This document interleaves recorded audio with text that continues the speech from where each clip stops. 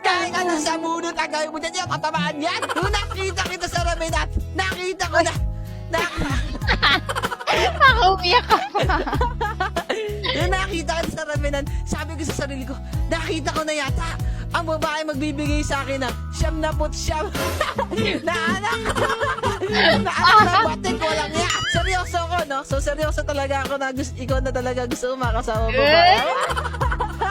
Kaya dito ko napapanood yung buto, mapakasal ako na po si Pia.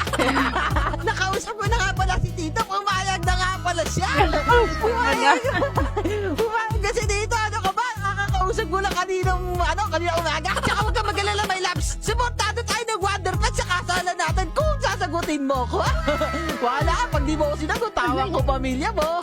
Sabihin mo muna, please. Sabihin mo na, please. Ano nga? Nakakita mo ba yan, my love? Ang laki niyan. Ano, nakita mo ba? Gano'ng kalaki yan? Ako lang ang isa gumawa niyan. Talaga effort ko yan para sa'yo. Wala ko, nagpalaro ka talaga. Ay, malaro. Ano ka ba?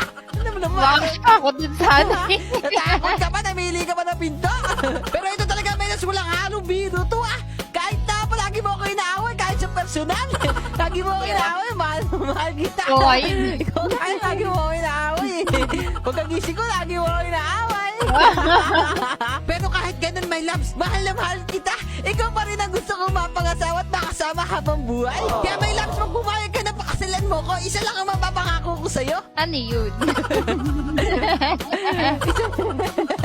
Isa lang ang pangako ko sa'yo na may anak tayo taon-taon.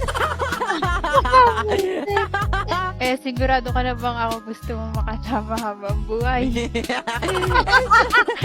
Siyempre naman, ano ka ba? Ikaw na talaga gusto ko makasama sa pagtanda. Kahit si Pao nang hininga ni hininga mo, ikaw pa rin talaga gusto ko makasama. Kaya ito na may laksang tanong, papayag ka ba na ako makasama mo habang buhay? Pag-iisipan ko. Joke lang. Siyempre, oo. Sigalo ka na dyan! Siyempre. Oh, tara na!